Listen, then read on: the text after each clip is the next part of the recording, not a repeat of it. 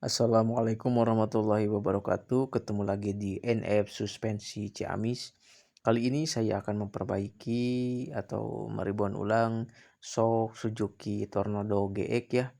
Ini kendalanya yang sebelah udah mantul-mantul dan yang sebelah lagi ribonnya terasa berat. Oke, di sini terus kita buka cover dari pernya ya menggunakan alat khusus dan dongkrak. Kita buka dulu terlebih dahulu untuk bagian atasnya yang ada murnya. Siapkan dulu besi panjang dan kunci 17 pas supaya kalau sudah nongol murnya kita masukkan kunci 17-nya. Kemudian kita putar menggunakan besi panjang seperti ini. Oke, ini sudah longgar, kita buka dulu bantalan bagian bawah seblekernya dengan cara diputar ke sebelah kiri. Di sini saya melakukan pengecekan terlebih dahulu ya sebelum dibongkar. Maka dari itu sudah dicek, kita bongkar. Karena kalau tidak dicek dulu tidak tahu kendalanya apa. Oke, sudah terlepas, kita buka dulu covernya.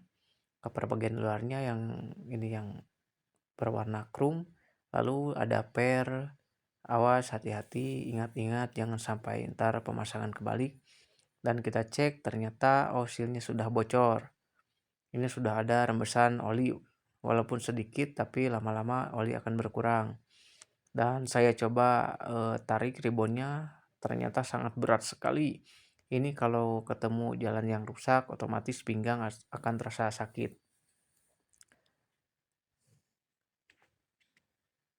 Oke, sesudah kita cek, selanjutnya kita buka dulu bagian kelingannya ya.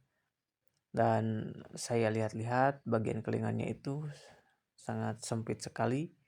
Kalau mau dipahat itu tidak mungkin dan saya berinisiatif untuk menggerindanya. Oke, ini sudah digerinda ya. Hasilnya udah mulai kelihatan. Hati-hati cara penggerindaannya ya, jangan sampai kena as. Nanti kalau asnya baret harus diganti dengan asnya. Ini ringnya udah terlepas. Kemudian kita tarik piston yang ada di dalam tabung ini menggunakan alat peninggalan nenek moyang ya, yang saya rakit sendiri. Oke, di sini kita udah di alat untuk penarikan, bukan penarikan jimat ya, ini penarikan piston sebleker. Kita tarik, masukkan dulu asnya, kemudian murnya pasangkan, diputar sehingga asnya mulai udah kelihatan keluar, sealnya udah nongol. Di sini tandanya mudah ya. Kan biasanya ada yang seret, tapi ini alhamdulillah pekerjaannya mudah. Karena ini olinya masih ada, jadi masih ada pelumasan di dalamnya. Oke, ini pistonnya sudah dapat, sudah keluar dan ternyata olinya sudah mengental sehingga ribon baliknya terasa berat. Itu menyebabkan shock menjadi lebih keras, tapi ini yang sebelah udah mati, yang sebelahnya ribonnya berat, jadi motor gak seimbang. Ini tabungnya jangan lupa dirapihin lagi, yang bekas gerindaannya dirapihin lagi, kemudian dicuci ya, piston dan tabungnya jangan lupa dicuci, dibersihkan. Kemudian kita rakit ulang, kita masukkan oli. Di sini saya menggunakan oli khusus untuk shockbreaker, dioplos dengan oli hidraulis ya agar kekentalannya maksimal. Oke, baik, kita masukkan dulu olinya dengan secara sedikit demi sedikit, jangan langsung penuh karena nanti akan kita rasakan dulu segimana ribonnya, segimana keras atau lembutnya shockbreaker tersebut.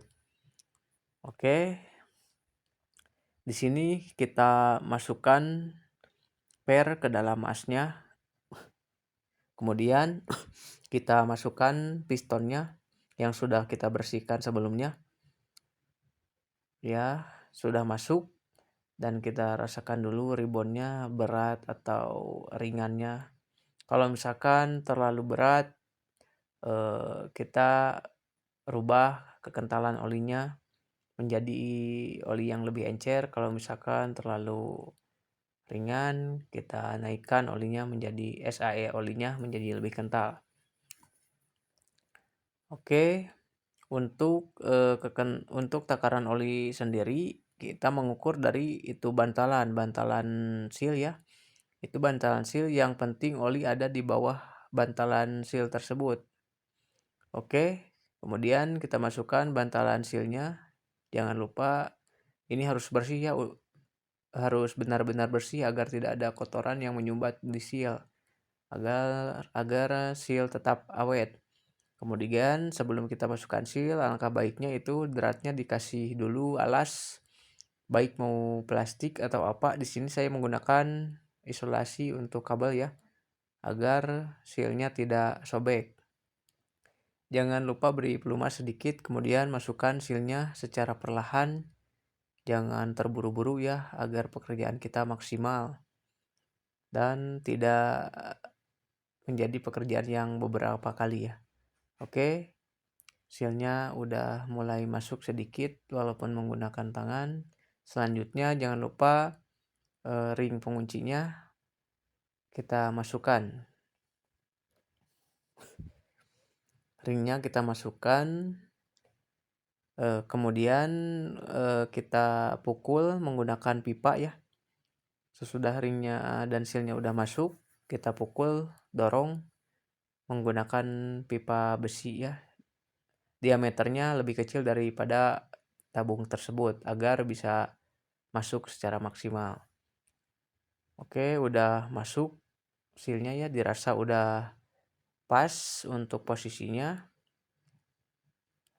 Selanjutnya kita buat kelingan baru ya. Untuk membentuk kelingan baru kita gunakan alat khusus ya, dari besi yang sudah di custom. Kita pukul-pukul dulu agar tabung tersebut bisa membentuk seperti kelingan ya. Kita pukul-pukul terus, dirasa belum cukup, kita pukul lagi sampai benar-benar tekukan itu sempurna yang kita inginkan.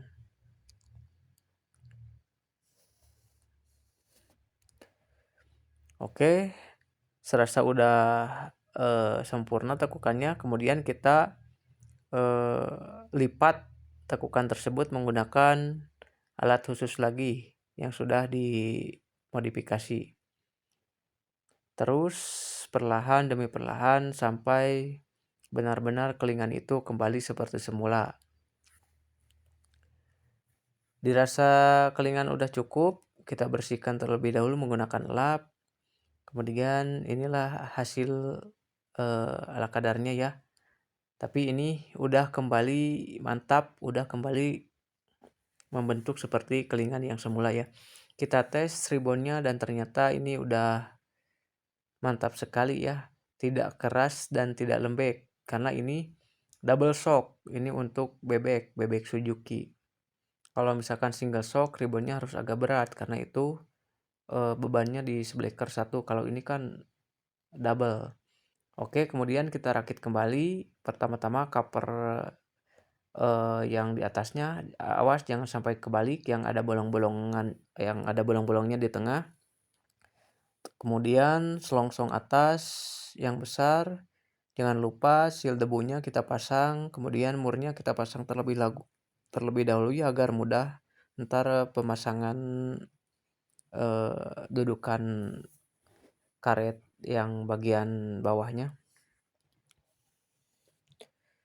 Kemudian kita masukkan pernya, hati-hati pernya kebalik, yang renggang di bawah dan yang padat di atas, yang rapat di atas. Kemudian masukkan selongsong yang bagian bawahnya, kita press lagi menggunakan alat khusus. Oke, kita dongkrak ke atas sampai asnya keluar dan murnya kelihatan.